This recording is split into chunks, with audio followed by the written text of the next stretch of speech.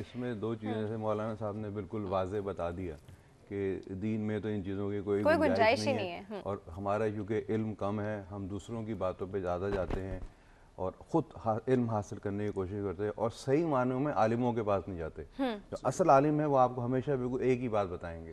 ہم لوگ عالموں کے پاس نہیں جاتے، ادھر ادھر سے معلومات حاصل کر کے اس پہ عمل کرنے لگتے ہیں اور ٹریڈیشن پہ چلتے ہیں، پوچھتے بھی نہیں لوگوں سے جن کو خود کچھ نہیں پتا. ہاں بالکل. اچھا مین بات یہ ہے کہ آپ یہ سوچیں کہ انڈو پاکستان کے مسلمانوں میں بہت زیادہ ہے. میں ساری دنیا میں رہا ہوں مختلف ملکوں میں، ہر ملک کے مسلمانوں میں اتنا زیادہ نہیں ہے. کیوں ہے؟ اگر میں ہندوؤں کے ساتھ میں نے کام بھی کیا ہے، میں جب ملک سے باہر کام کرتا تھا تو میرے انڈین ڈاکٹر تو ہندو میرے ساتھ کام. ہندوؤں میں بہت سخت بلیو ہے، اتنی زیادہ بلیو ہے، وہ امتحان دینے کے لیے صبح نکل جاتے تھے، 3 گھنٹے گاڑی میں گھومتے رہتے تھے کہ وہاں پہنچیں گے. گھر سے نکلنا صبح ہی صبح ضروری ہے، خواہ امتحان 2 بجے ہو. اور عجیب عجیب چیزیں گلوں میں لٹکانا، یہ نشان لگانا، اور عجیب ان کے ریچولز ہوتے ہیں یہ لوگ کرتے ہیں. بہت دہی کھا کے چینی کھا کے میٹھی چیز کھا کے نکلنا، کالی بلی نے رستہ کاٹنا، یہ سارے یہ سب ہندوؤں سے ہمارے یہاں بہت رسومات آئی ہیں.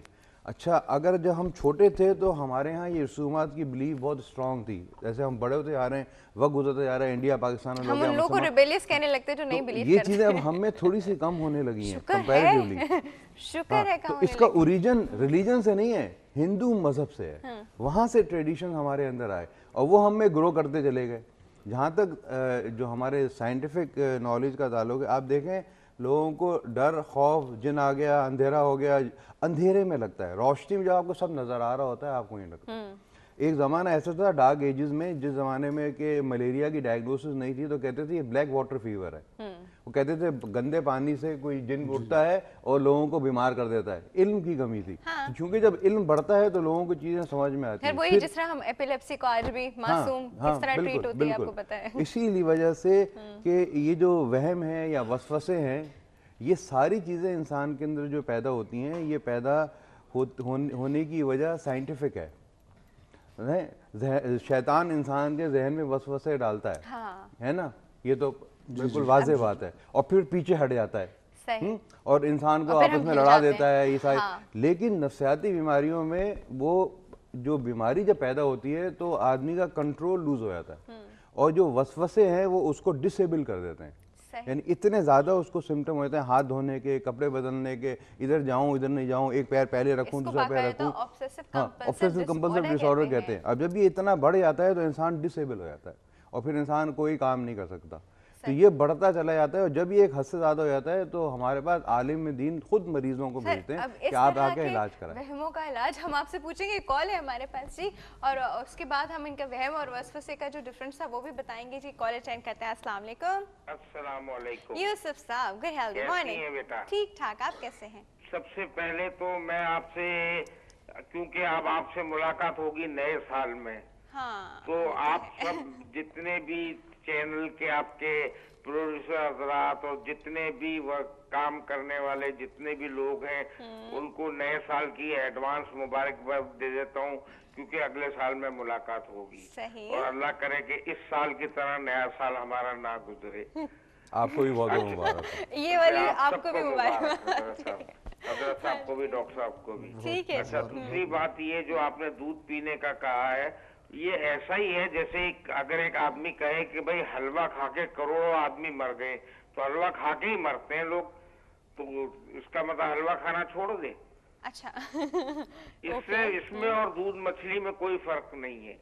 ٹھیک ہے. اچھا دوسری چیز یہ ہے، لیکن میں یہ کہنا چاہتا ہوں کہ جب ایک چیز اتنی بڑی تعداد میں مشہور ہے اور اتنی بڑی تعداد میں لوگ اس پہ عمل کرتے ہیں، تو بہتر طریقہ یہی ہے کہ کوئی فرض تو نہیں ہے دودھ پینا مچھلی پہ، تو نہ پیا جائے تو زیادہ بہتر ہے.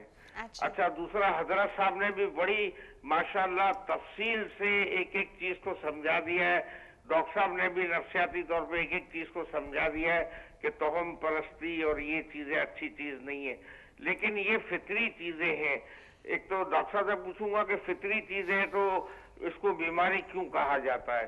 دوسری چیز حضرت صاحب سے پوچھوں گا کہ اگر یہ توہم پرستی ہوتی ہے جو معاشرے کا ایک حصہ ہوتی ہے، تو اس پہ کوئی گناہ تو لازم نہیں ہے یہ پوچھنا چاہ رہا ہوں. Thank you. صحیح جی, ہم آپ کو بالکل بتا رہے ہیں sir. Thank you so much for your call. Sir پہلے میں آپ سے وسوسے اور وہم کا جو فرق ہے وہ پوچھ لیتی ہوں.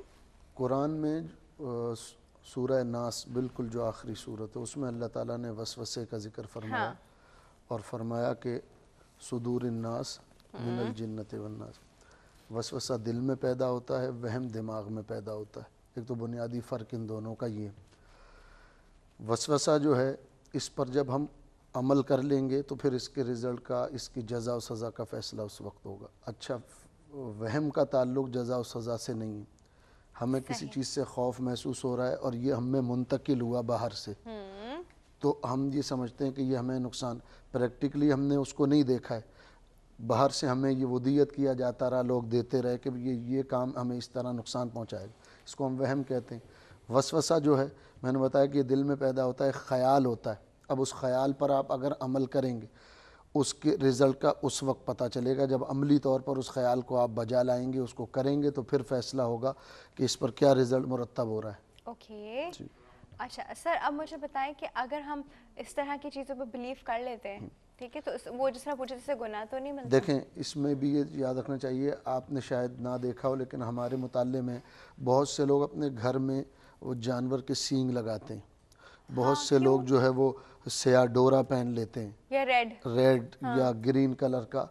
تو ان چیزوں کو اگر ہم بذات نفع نقصان کا ذریعہ مانتے ہیں تو پھر تو یہ یقیناً شرک ہے. یہ شرک ہے. اور اگر بذات نہیں مانتے, اس میں تاثیر کے اعتبار سے ہم وہ رکھتے ہیں, تو پھر یہ بھی گمراہی ہے. دین اسلام میں ایسی چیز کی کوئی گنجائش نہیں ہے. اور دونوں چیزوں پہ گناہ ہے. اس گناہ کا تعلق تو جب ہوگا کہ جب ہم اس کو بذات سمجھیں گے نا, کہ یعنی یہ چیز ایک سیاہ ڈورا یا ریڈ ڈورا ہم نے باندھ لیا اس نیت کے ساتھ کہ یہ ہمیں فلاں چیز سے بچا لے گا, اور یہ عقیدہ ہمارا ہے کہ یہ بچانے والا ہے, تو پھر یقیناً یہ گناہ ہے, یہ ہمیں شرک کی طرف لے جائے گا. اور یقین اللہ کی ذات کے علاوہ بچوں کو کالی ڈوری پہنا دیتے ہیں اس عالم اسباب میں ہم رہ رہے ہیں. میں اس کی بھی وضاحت کروں, ہم عالم اسباب میں رہ رہے ہیں, تو ہم مسبب الاسباب پر نظر رکھتے ہوئے اس کی پیدا کردہ کسی چیز کو اس اعتقاد سے استعمال کرنا کہ اس میں اللہ تبارک و تعالیٰ نے ہمارے لیے شفا رکھی ہوگی, اس میں شرعاً کوئی حرج نہیں. دیکھیے میڈیکل پوائنٹ آف ویو سے آپ بیمار ہوتے ہیں, بخار ہو گیا, نزلہ ہوا, آپ نے کوئی دوا لے لی, تو اب اس دوا کو, اس گولی کو تو ہم خدا نہیں سمجھ رہے, ہم یہ عقیدہ رکھتے ہیں کہ اس میں شفا اللہ تبارک و تعالیٰ نے رکھی. اسی طریقے سے اسماء الہیہ ہوں, گولیاں کھاتے ہوئے کچھ ہم اللہ شافی اللہ کافی کرتے ہیں. اچھا, پھر قرآن مجید کی آیات ہوں یا اللہ تبارک و تعالیٰ کے اسماء مبارکہ ہوں, ان کو پڑھ کر اپنے اوپر دم کر لینا یا ان کو لکھ کر اپنے پاس رکھ لینا, تو اس نیت کے ساتھ کہ اللہ تبارک و تعالیٰ کا کلام ہے اور یہ ہماری روحانی شفا کا ذریعہ بنے گا, اس میں بھی کوئی حرج نہیں. بالذات کسی چیز کو سمجھ لینا کہ یہی سب کچھ ہے, اللہ تبارک و تعالیٰ کی طرف سے نہیں ہے, تو پھر یہ یقیناً ہمیں دین سے دور لے جائے گا. صدقہ وغیرہ کرنا تو جائز ہے بالکل, وہ حدیث مبارک میں فرمایا صدقہ تو رد البلا, صدقہ بلاؤں کو دور کرتا ہے, مصیبتوں کو, پریشانیوں کو, تو وہ دینا چاہیے. صحیح بخاری شریف میں ہے, حضرت سیدنا عبداللہ ابن عباس فرماتے ہیں کہ حضور علیہ الصلوۃ والسلام حضرت سیدنا امام حسن, سیدنا امام حسین رضی اللہ تعالیٰ عنہ اجمعین کو باقاعدہ دم کیا کرتے تھے. آپ نے دیکھا ہوگا بہت سے لوگوں کے چہرے پر جھائیاں آ جاتی ہیں. صحیح مسلم میں ام سلمہ رضی اللہ تعالیٰ عنہا سے مروی ہے, فرماتی ہیں کہ حضور تشریف لائے تو میرے گھر میں ایک لڑکی تھی, اس کے چہرے پر جھائیاں تھیں, تو حضور نے فرمایا اس کو نظر لگی ہے, اس کو دم کراؤ.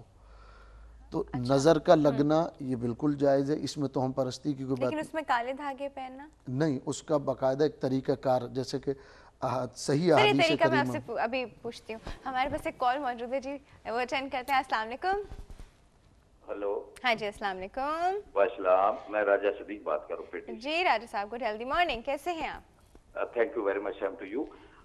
پول کے بارے میں آپ کو یہ میں بتاؤں کہ جتنے لوگوں نے یہ جواب دیا ہے نا کہ ایک خاص مچھلی ہوتی ہے اس سے ہو جاتا ہے, اس میں کوئی شک نہیں ہے.